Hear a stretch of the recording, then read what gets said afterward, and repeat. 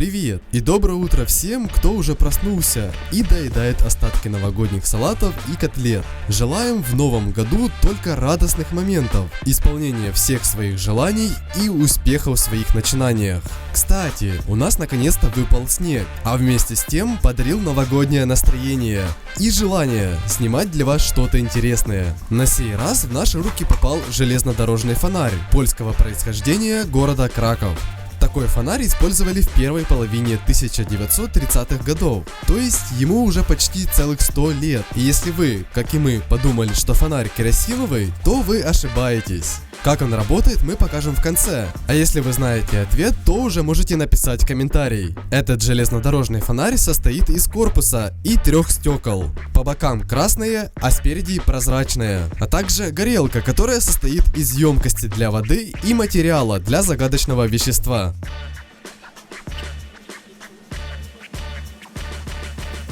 Судя по всему, прошлый владелец пытался сделать из нее масляную лампу и тем самым испортил внешний вид.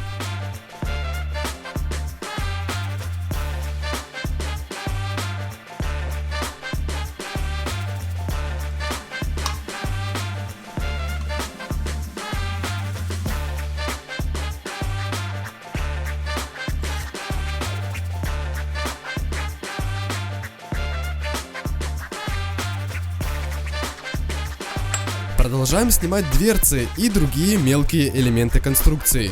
Абсолютно вся лампа сделана из латуни, то есть сплава меди и цинка. Этот сплав достаточно мягкий и с ними легко работать, но в то же время его легко повредить или оставить глубокие царапины.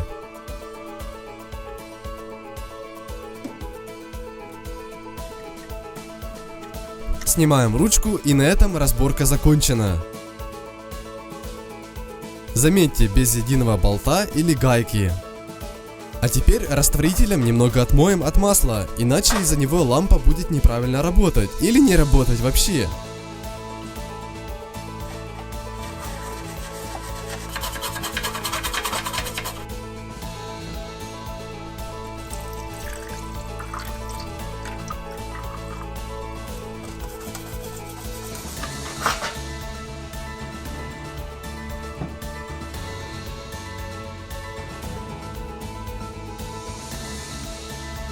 А вот задняя крышка почему-то отделена от корпуса, хотя она составляет часть емкости для воды. И как же ее использовал прошлый владелец? Поэтому подровняем края крышки и приварим, но не привычной нам сваркой, а с помощью флюса для пайки и припоя. Горелкой нагреваем края крышки. Добавляем ортофосфорную кислоту и прикладываем олово. Таким образом получается пайка. Не очень аккуратная, зато надежная. И таким способом повредить очень тонкую крышку латуни просто невозможно. Теперь бор-машинкой зачистим швы и остальную поверхность емкости. Затем вот такой мягкой насадкой зашлифуем до ярко-золотистого зеркального цвета.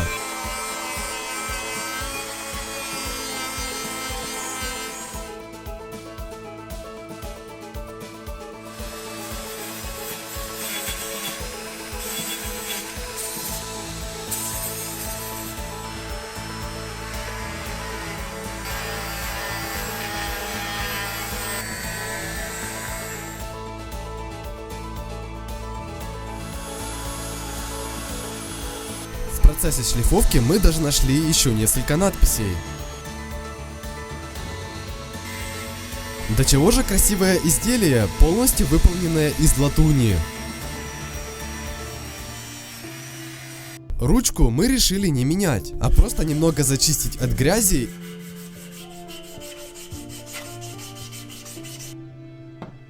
и покрыть лаком для защиты.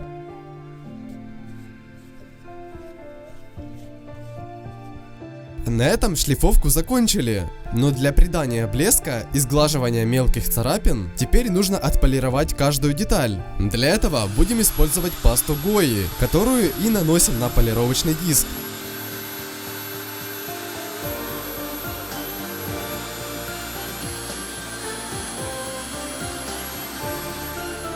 И просто посмотрите, как теперь блестит поверхность. Повторяем то же самое с остальными деталями.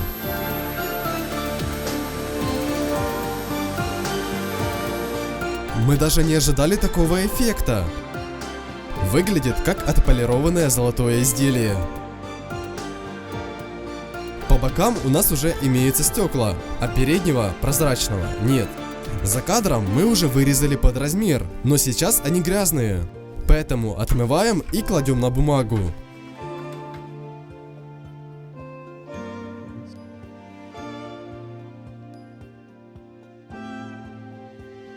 И наконец-то, когда корпус отполирован, стекла вымыты, а ручка покрыта лаком, можно начинать сборку нашего железнодорожного фонаря.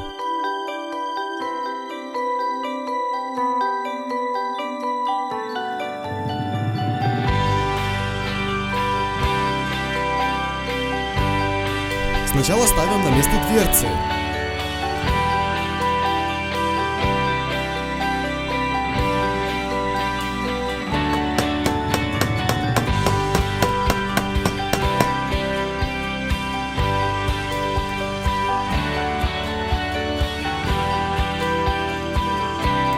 Затем направляющие для стекол.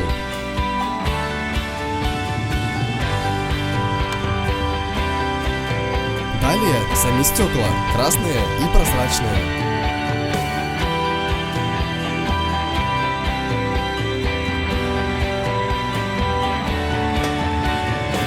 Осталась ручка.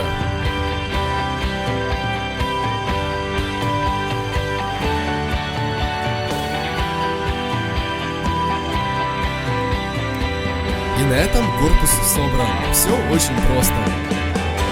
Но у нас есть еще горелка. Закручиваем регулятор подачи воды, крышку.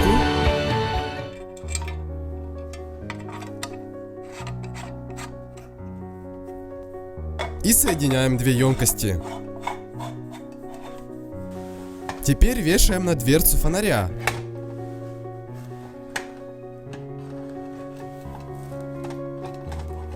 И закрываем. Вот такая у нас получилась реставрация железнодорожного фонаря. С очень красивого металла и необычной, но очень простой конструкции.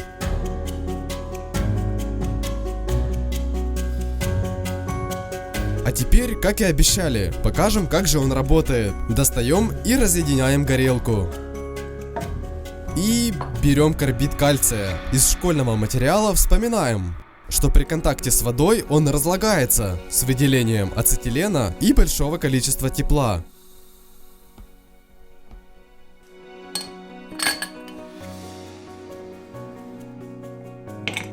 А в верхнюю емкость логично наливаем воду.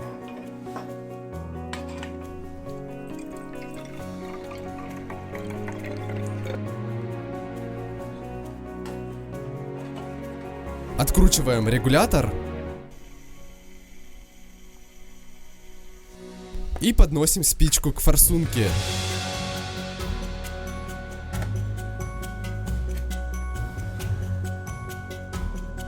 Должен сказать, что выделение во время реакции карбида кальция очень вредны для человека, и мы решили не испытывать судьбу и не открывать подачу воды на полную, потому что чем больше воды, тем больше реакция. Тем не менее, это уникальная вещь для нашего времени, и нам было одно удовольствие браться за ее реставрацию.